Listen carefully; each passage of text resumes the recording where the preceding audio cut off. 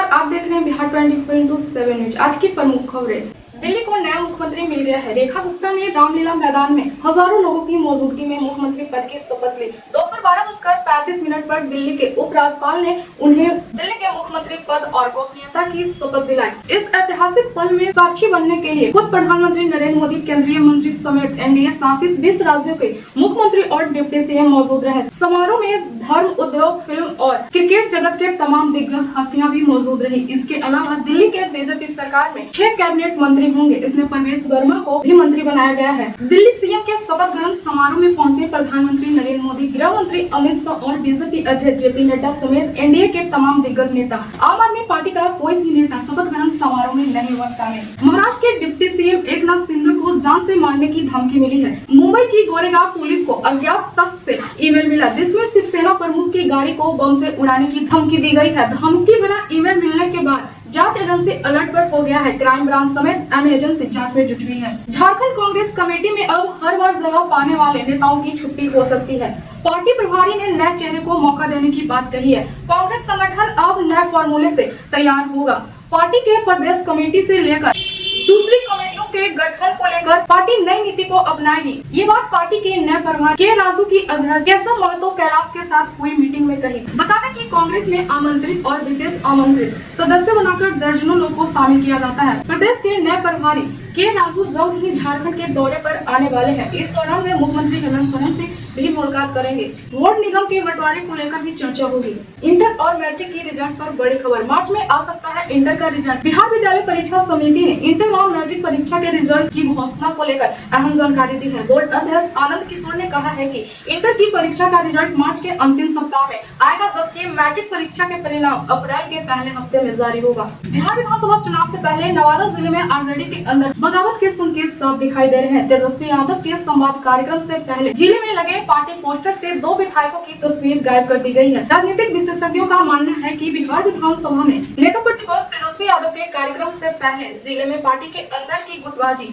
अब स्तर पर आ गई है। आज तेजस्वी यादव नवादा के टाउन हॉल में आयोजित संवाद कार्यक्रम में शामिल हुए। उनके स्वागत को लेकर जगह जगह पर पार्टी की ओर से पोस्टर बैनर लगाया गया, लेकिन इस पोस्टर में नवादा से राजद विधायक विभा देवी और रजौली से विधायक प्रकाश वीर की तस्वीर गायब है। विधायक विभा देवी और रजौली के विधायक प्रकाश वीर ने संवाद कार्यक्रम से दूरी बनाई। बिहार कांग्रेस के नए प्रभारी कृष्णा अलाब्रू का पटना एयरपोर्ट के बाहर कांग्रेस के नेताओं और कार्यकर्ताओं ने भव्य स्वागत किया। उन्होंने पत्रकारों से बातचीत करते हुए कहा है कि उनकी पूरी कोशिश होगी कि एक बार फिर से राज्य में कांग्रेस पार्टी को मजबूत किया जाए। कांग्रेस प्रभारी ने माना है कि चुनौती बड़ी है, लेकिन वह पूरी मेहनत से काम करेंगे। उन्होंने कहा है कि पहले भी कांग्रेस बिहार में काफी मजबूत थी। हमारी कोशिश दोबारा से पार्टी को मजबूत करना है। कार्यकर्ताओं के साथ मिलकर हम काम करेंगे और पार्टी के संगठन को मजबूती देंगे। म्यूचुअल फंड में निवेश करने वाले लोग लगातार सिस्टमेटिक इन्वेस्टमेंट प्लान के जरिए योगदान दे रहे हैं, लेकिन सीट बंद होने के दर में भारी उलझ देखा गया है। Association of mutual fund in India के ताजे आंकड़ों के मुताबिक जनवरी 2025 में सीट बंद होने के दर 109% तक पहुँच गयी। पिछले साल यह दर 52.3% थी। जनवरी 2025 में 56.19 लाख नई सीट शुरू हुई, जबकि 61.33 लाख सीट अकाउंट बंद कर दी गई। इसका मतलब यह है कि नए सीट्स के तुलना में अधिक सीट्स बंद हो गई है, जो एक चिंताजनक संकेत है। इससे पहले के महीनों में नए सीट्स की संख्या बंद होने वाली सीट से अधिक रही थी, लेकिन जनवरी में यह ट्रेंड पूरी तरह बदल गया। दिल्ली में सीएम आवास यानी शीश महल को लेकर मुख्यमंत्री रेखा गुप्ता ने बड़ा बयान दिया है। उन्होंने शीश महल को म्यूजियम के तौर पर स्थापित करने की बात कही है। दिल्ली के विधानसभा चुनाव में शीश महल का मुद्दा बीजेपी के लिए काफी असरदार रहा। बीजेपी ने पूरे चुनाव में शीश महल की भव्यता और उसके भीतर रखी कीमती सामानों का बार-बार जिक्र करके जनता के बीच अपना संदेश पहुंचाया, जो सफल हुआ। नतीजा जनता की अदालत में अरविंद केजरीवाल झूठे और बेईमान साबित हुए। पिछले 10 चुनावों में 62 से अधिक सीट जीतने वाली आम आदमी पार्टी इस बार 22 सीट पर सिमट कर रह गई और बीजेपी की दिल्ली में 27 साल बाद सरकार बन गई। प्रगति यात्रा के दौरान सीएम नीतीश कुमार आज नालंदा पहुंचे, जहां वे लगभग 800 करोड़ रुपए की लागत 263 विकास योजनाओं का शिलान्यास और उद्घाटन किए। मुख्यमंत्री बिहार शरीफ के बड़ी पहाड़ी में बने हेल्थ फिटनेस पार्क और सुबह पंचायत में अधिक पिछड़ा वर्ग आवासीय बालिका विद्यालय का भी उद्घाटन किए। ये योजना शिक्षा, स्वास्थ्य और बुनियादी सुविधाओं के दृष्टि से अहम भूमिका निभाएगा। मुख्यमंत्री नीतीश कुमार के प्रगति यात्रा को तेजस्वी यादव ने बताया दुर्गति यात्रा। बोले, सीएम की यह यात्रा महज एक दिखावा है, जनता के हित में कोई भी काम नहीं किया जा रहा है। तो मुख्यमंत्री प्रगति यात्रा नहीं बल्कि इनकी दुर्गति यात्रा पर ये निकले हैं और प्रगति यात्रा में जनता दुर्गति दिखाना चाहती कि बिहार की क्या दुर्गति होगी। मुख्यमंत्री जी अब हमको नहीं लगता कि अब सक्षम है बिहार चलाने के। 20 साल जनता ने मौका दिया, बहुत मौका दे दिया। अब मुख्यमंत्री जी के पास कोई विजन नहीं है, कोई नई सोच नहीं है कि बिहार को आगे कैसे ले जाए। कभी कोई प्रयास नहीं किया गया उनके द्वारा कि बिहार में निवेश कैसे हो, कारखाने कैसे खुलें। हम लोग जब थे तो रीगा शुगर मिल हम लोगों ने खुलवाने का काम किया। तो हम लोगों ने कई काम हम लोगों ने किए 17 महीने में, जो आज तक जो है नहीं हुआ था। वही मुख्यमंत्री जी 20 में कहते थे असंभव है, बाप के पास से पैसा ला के नौकरी देगा।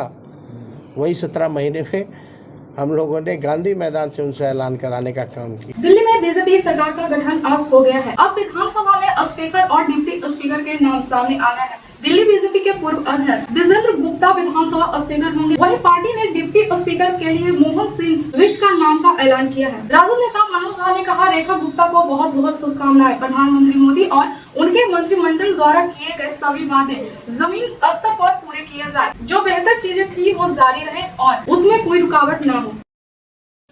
देखिए, महिला सशक्तिकरण के लिए सिंबोलिज्म से आगे जाना पड़ता है, टोकनिज्म से आगे जाना पड़ता है।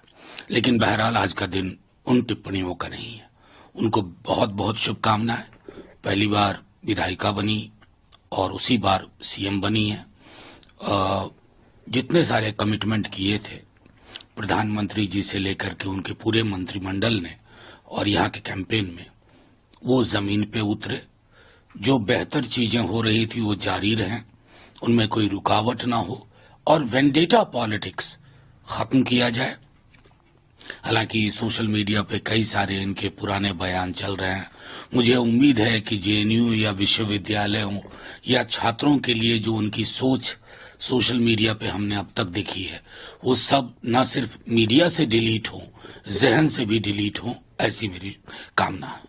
मध्य प्रदेश के मुख्यमंत्री मोहन यादव ने छत्रपति संभाजी महाराज के जीवन पर आधारित फिल्म छावा को टैक्स फ्री करने का ऐलान किया है। उन्होंने कहा है कि शिवाजी महाराज के स्पोर्ट्स छत्रपति संभाजी के जीवन पर आधारित फिल्म से लोगों को अच्छी प्रेरणा मिलेगी, इसलिए फिल्म को टैक्स फ्री कर दिया गया है। मुख्यमंत्री की घोषणा के बाद अब फिल्म की टिकट सस्ती हो जाएगी। दिल्ली की मुख्यमंत्री रेखा गुप्ता के बेटे निकुंज ने कहा, यह अच्छी बात है कि एक महिला को मुख्यमंत्री बनने का मौका मिला। हमें विश्वास है कि वे जिम्मेदारी को अच्छे से निभाएंगी। उनके पिछले 30 सालों की मेहनत सफल हुआ। पार्टी और पीएम मोदी को धन्यवाद दिया है। जहानाबाद में आयोजित एनडीए कार्यकर्ता सम्मेलन में भाजपा प्रदेश अध्यक्ष दिलीप जायसवाल का एक अलग ही अंदाज देखने को मिला है। भाषण के दौरान वे सैराना हो गए और एनडीए कार्यकर्ताओं को जोश से भर दिया। अपने संबोधन के दौरान दिलीप जायसवाल ने राजद प्रमुख लालू यादव और उनके बेटे तेजस्वी यादव पर जमकर हमला बोला। उन्होंने लालू यादव पर तंज कसते हुए तेजस्वी यादव की शैक्षिक योग्यता पर सवाल उठाते हुए कहा है कि अगर आम आदमी का बेटा 9वीं फेल हो तो उसे चपरासी का भी नौकरी नहीं मिलती, फिर 9वीं फेल व्यक्ति नेता कैसे बन सकता है। बेटा अगर 9वां फेल होगा, क्या उसको चपरासी का भी नौकरी मिलेगा? जोर से बोलिए। जब नहीं मिलेगा तो 9वां फेल वाला हमारा नेता कैसे बनेगा? पढ़ाई लिखाई किया ने, अब चला है नेता बनने। नेता नेता 9वां फेल नेता, ये कौन नेता भाई? नफरत के नाम पर ना, नफरत के नाम पर ना, हिंदू मुस्लिम कोई नफरत नहीं। नफरत के नाम पर न सियासत के नाम पर एनडीए वोट मांगती है। यही फैज और नियाज मोहब्बत के नाम पर। सासाराम में सीएम नीतीश कुमार की समीक्षा बैठक में बवाल। सीएम की बैठक को बीच में ही छोड़कर निकले सासाराम के आरजेडी विधायक राजेश गुप्ता। बैठक में उन्हें अपनी बात नहीं रखने दिया गया। औरंगाबाद से महाकुंभ जा रहे श्रद्धालुओं के साथ वाराणसी शहर में बड़ा हादसा हो गया। वाराणसी में एक पिकअप वैन सड़क हादसे का शिकार हो गया। इस घटना में एक की मौत हो गई जबकि 21 लोग घायल हो गए। घायलों में 3 की स्थिति गंभीर है। बीपीएससी की 17वीं परीक्षा को रद्द कर री एग्जाम करवाने की मांग को लेकर खान सर ने एक बार फिर से आंदोलन तेज करने की धमकी दी है। उन्होंने कहा है कि बीपीएससी को री एग्जाम करवाना ही पड़ेगा। उसके बाद आयोग ने भी खान सर पर जबरदस्त पलटवार करते हुए तुरंत ही आयोग ने मेंस परीक्षा का डेट भी जारी कर दिया है। साथ ही खान सर को फिर से नोटिस भेजा गया। नोटिस मिलते ही खान सर ने कहा है कि जब जब बीपीएससी डरता है नोटिस जारी कर देता है। बीते 3 दिनों से 3 नोटिस जारी कर दिया गया है। उन्होंने आयोग से पूछा है कि जब परीक्षा का मुद्दा हाई कोर्ट में लंबित है तो आयोग को हड़बड़ी क्यों है। उन्होंने दावा किया है कि अदालत आंदोलन कर रहे अभ्यर्थियों के हक में ही फैसला सुनाएगी और बीपीएससी को एग्जाम करवाना ही पड़ेगा। खान सर ने कहा है कि आयोग का घमंड टूटेगा और हमारी मांग पूरी होगी। बीपीएससी को री एग्जाम तो करवाना ही पड़ेगा। मधुबनी में महाकुंभ जाने वाले लोग तोड़फोड़ पर उतरे। स्वतंत्रता सेनानी एक्सप्रेस के शीशे को ट्रेन से किया अलग, उपद्रवियों की तलाश तेज। विश्व कुमार के अध्यक्ष और उपाध्यक्ष पद के लिए चुनाव की तारीख घोषित कर दी गई है। जानकारी के अनुसार विश्व कुमार के अध्यक्ष और उपाध्यक्ष पद के लिए चुनाव 28 फरवरी को घोषित किया जाएगा। 27 फरवरी को दोनों पद के लिए नामांकन पत्र दाखिल किए जाएंगे। अधिकारियों के अनुसार 28 फरवरी को मतदान और मतगणना दोनों की प्रक्रिया समापन की जाएगी। चुनाव गांधी मैदान स्थित श्री कृष्ण मेमोरियल हॉल में आयोजित किया जाएगा।